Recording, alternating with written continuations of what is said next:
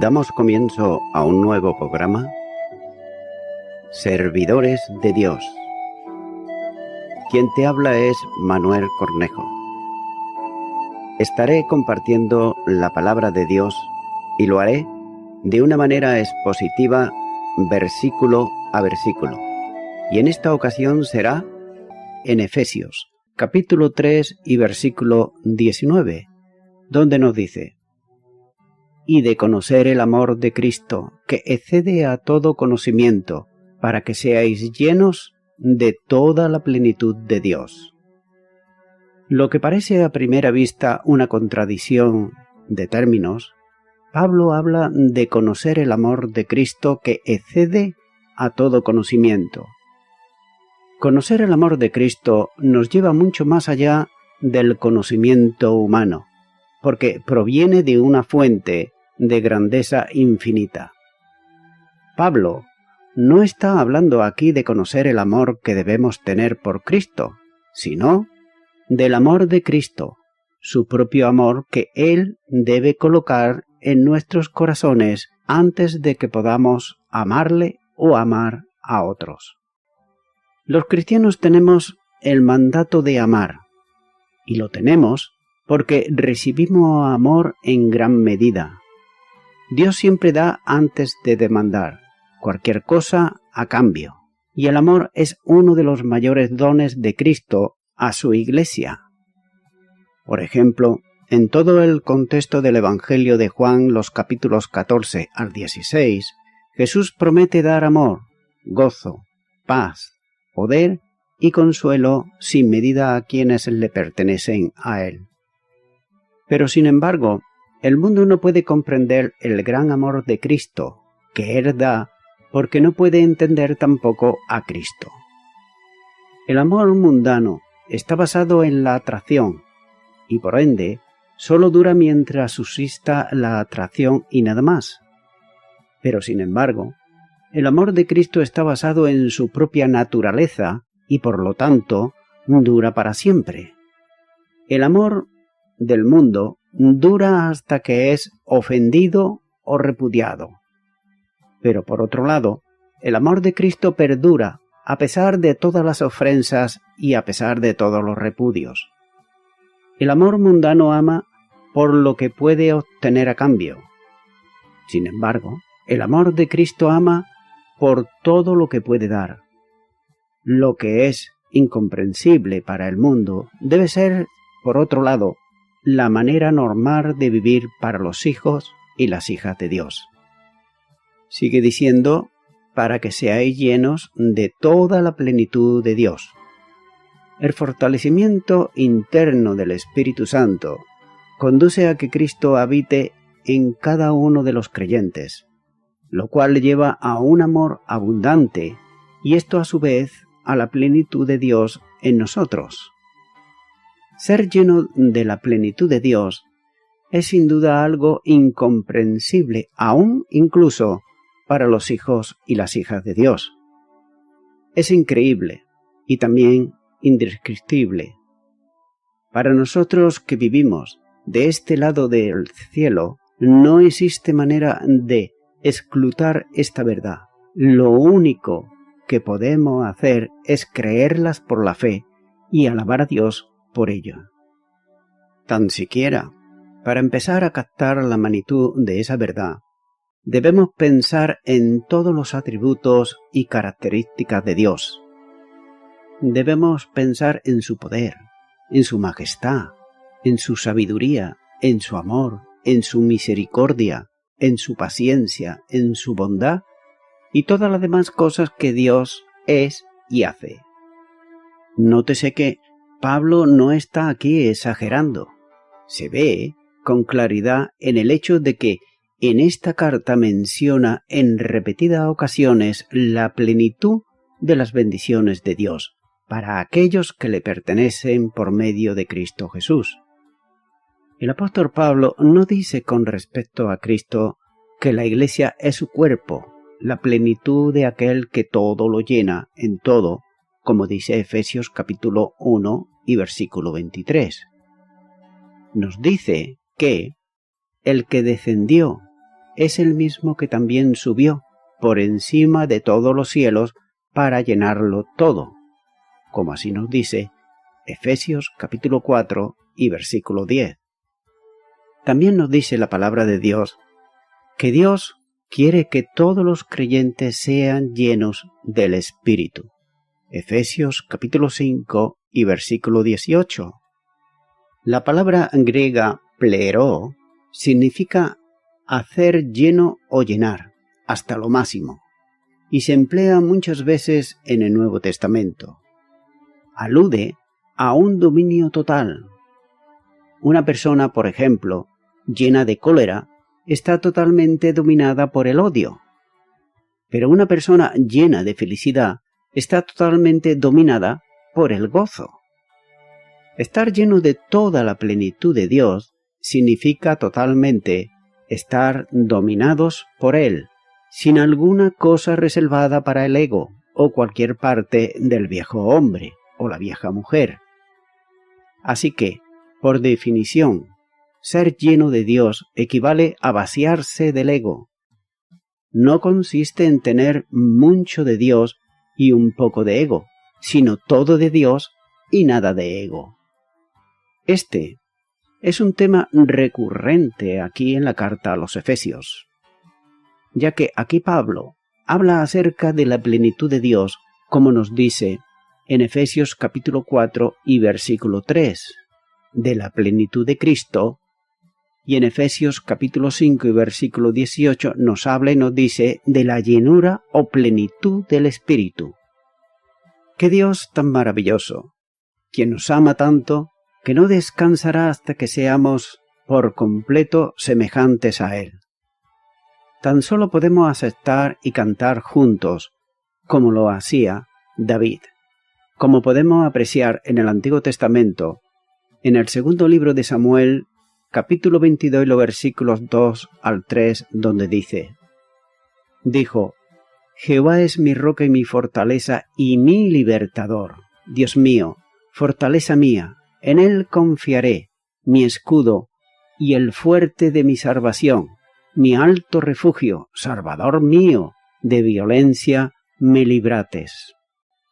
El resto de este himno magnífico, David amontona alabanzas sobre alabanzas, para declarar la grandeza y la bondad de Dios. De la misma manera también, Job parece faltarle las palabras para resaltar con propiedad las maravillas de Dios, cuando nos dice, en Job capítulo 26 versículos 2 y 3, dice, ¿En qué ayudates al que no tiene poder? ¿Cómo has amparado al brazo sin fuerza?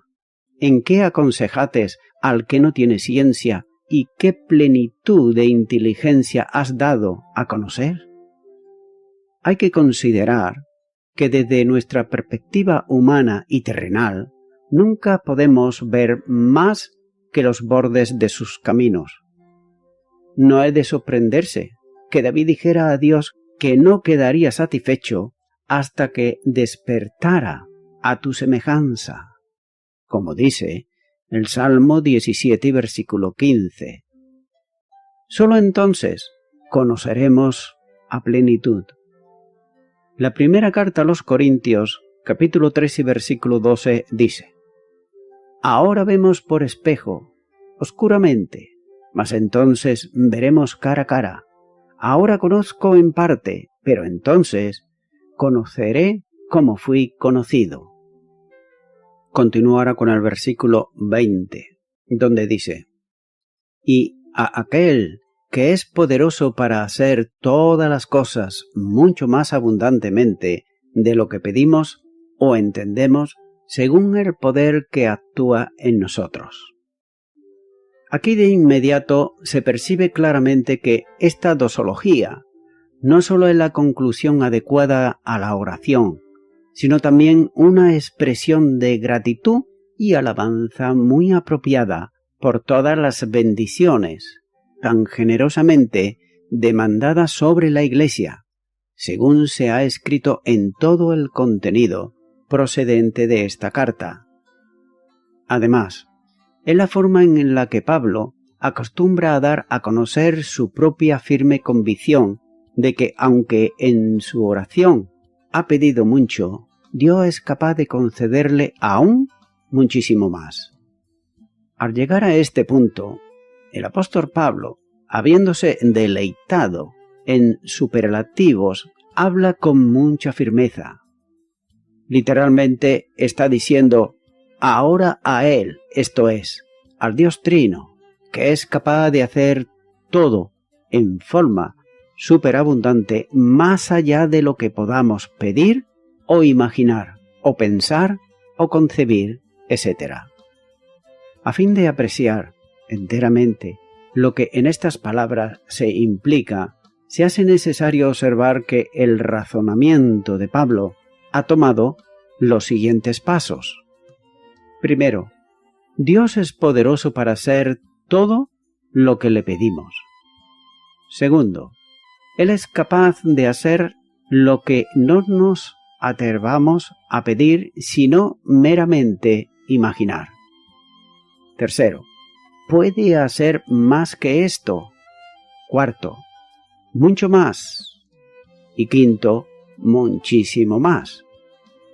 Además, el apóstol agrega de inmediato que no se está refiriendo a cosas abstractas. La omnipotencia revelada por Dios al contestar la oración no es invención de la imaginación, sino que es obra en consonancia con conforme a aquella operación de su poder que está obrando ya dentro de nosotros. Nos sacó de las tinieblas, introduciéndonos a la luz, transformó a hijos de ira en muy amados hijos e hijas, llevó a cabo la reconciliación entre Dios y el hombre, entre judíos y gentiles. El poder de Dios infinito fue el que se ejerció al levantar a Cristo de entre los muertos, y es Él que está ahora operando en nuestra propia y paralela resurrección espiritual.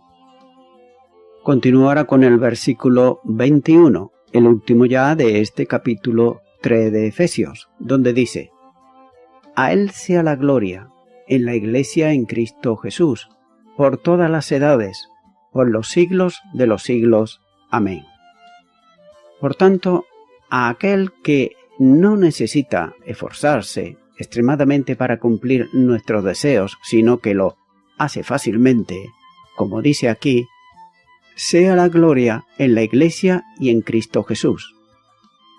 En otras palabras, se ha rendido a Dios todo homenaje, toda adoración por el esplendor de sus maravillas y atributos y poder, como así nos muestra Efesios capítulo 1 versículo 19 y el capítulo 2 versículo 20.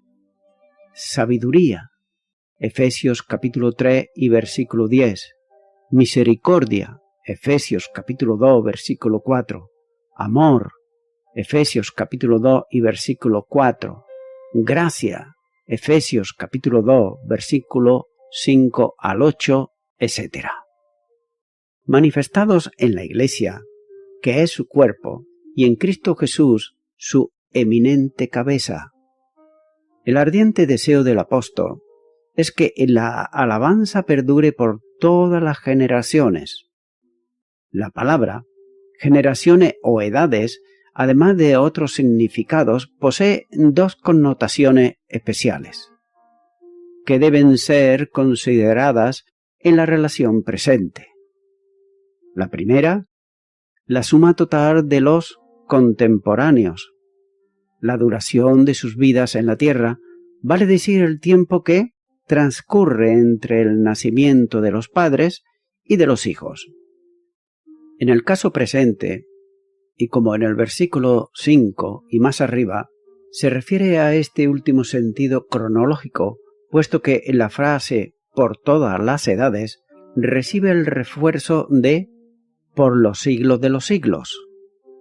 La última expresión significa exactamente lo que dice, ya que se refiere al desvenir los instantes desde el pasado al presente y hacia el futuro, continuando, sin cesar y sin llegar jamás a un fin.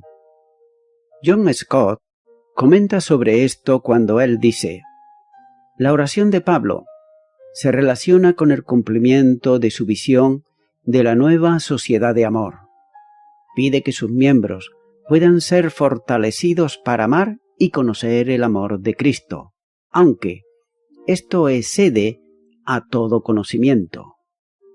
Pero luego pasa del amor de Dios que excede a todo conocimiento al poder de Dios, que excede de todo lo imaginable del amor ilimitado al poder ilimitado. Porque está convencido, como debemos estarlo también nosotros, que sólo el poder divino puede generar amor divino en la sociedad divina. Añadir, sin embargo, algo más sería inapropiado, excepto la dosología. Cuando dice «a Él sea la gloria», exclama Pablo a este Dios de resurrección y poder, el único que puede hacer que los sueños sean algo realidad.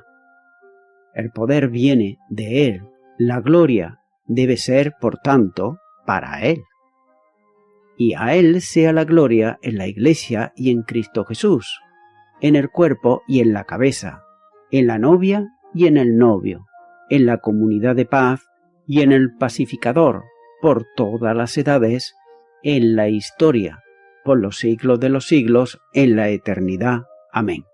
Hasta aquí el comentario de John Scott. Junto al apóstol, en su misma actitud, doblados de rodilla, ante el glorioso Dios, tributamos honor y gloria. Mientras está extasiado, admiramos su gloriosa persona y también su maravillosa obra. Y voy concluyendo con esto. La exaltada eclesiología de Efesios tiene importantes consecuencias prácticas. La Iglesia no es un aspecto prescindible del cristianismo. Se trata del lugar en la que Dios recibe honor y gloria, ahora y por toda la eternidad. Del mismo modo que Cristo es la evidencia del amor redentor de Dios, la Iglesia lo es de su acción transformadora y poder unificador. Efesios, capítulo 2 y versículo 7 dice: para mostrar en los siglos venideros las abundantes riquezas de su gracia en su bondad para con nosotros en Cristo Jesús. Una exaltada eclesiología no es lo mismo que una iglesia glorificada y exaltada, ya que el glorificado es Dios, no la iglesia, que sólo lo es en tanto que es receptora de su amor. A lo largo de su historia, la iglesia ha escrito páginas lamentables por las muchas ocasiones y lugares en las que se ha creído ella misma exaltada. Siempre que la iglesia ha querido tener poder, ha tenido que hacer frente a sus mayores peligros. Esto sigue siendo también cierto en los días de hoy. La Iglesia existe para la adoración y para el servicio, y ha de llevar a cabo este acto con la misma humildad que lo hizo el Señor Jesús. Cuando esto sucede, Dios recibe honor y gloria. Estimado y estimada oyente, se conoce de muchas personas que dicen creer en Dios. Es como si dijera: yo creo que en tal sitio hay una higuera, pero sin embargo nunca comí de ese fruto. Sé que la hay, no la he visto, pero nunca he comido. Simplemente creen que la hay y nada más. Entonces cabe hacerse un pensamiento y es el siguiente: ¿de qué sirve creer que existe algo, pero que no lo has probado? Simplemente sabes que existe y nada más. Nótese que muchas personas prueban, pero prueban cosas que no son adecuadas para su alma. Por ejemplo, las religiones. Dios nunca mandó aquí a la tierra una religión para salvar a la humanidad, sino que mandó a un Salvador. a su Hijo, a Cristo Jesús. Hay otros que prueban el espiritismo, otro el ateísmo, otro están metidos en una secta. Estimado y estimada oyente, solamente se conoce el amor de Cristo cuando realmente está en nuestras vidas. No podemos decir que tenemos el amor de Dios en nuestras vidas si no tenemos a Cristo en nuestro corazón. Es por eso que, amigo y amiga oyente, para conocer el amor de Cristo, primero hay que creer por fe lo que Él hizo a favor del pecador arrepentido o la pecadora arrepentida en la cruz del Calvario. Si todavía tú, mi amigo, mi amiga oyente, no has invitado a Jesucristo a que venga a tu vida, ahora puedes hacerlo, y yo puedo ayudarte haciendo una oración de fe. Por tanto, te animo, ahí donde te encuentres, que repitas conmigo esta oración de fe y digas: Dios eterno, de siempre he creído que hay un ser superior que tiene el control de todo, pero nunca te he aceptado en mi corazón. En esta hora vengo arrepentido, arrepentida, delante de ti, Señor Jesucristo, pidiéndote perdón por todos mis pecados, por todos mis fallos, por haberte ignorado durante tanto tiempo. Yo me arrepiento, te abro mi corazón y te recibo en este momento como mi Señor y como mi Salvador. Y te doy gracias en el nombre de Jesús. Amén.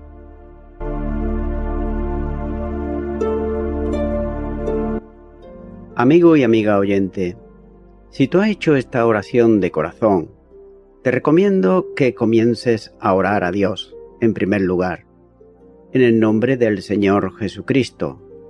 Orar a Dios no es rezar, sino que es hablar con una persona. También te recomiendo que leas la palabra de Dios y lo hagas a diario. Comienza, por ejemplo, con el Nuevo Testamento. Y también, por último, te recomiendo que para que puedas crecer espiritualmente, te congregues en una iglesia cristiano-evangélica, donde se predique, se enseñe y se practique la sana doctrina y la palabra de Dios. Congrégate ahí y con el tiempo podrás crecer espiritualmente y también servir al Señor Jesucristo. Que Dios te bendiga. Y a toda la audiencia, nuevamente ya me estoy despidiendo de todos ustedes y será hasta el próximo programa. Que Dios os bendiga a todos.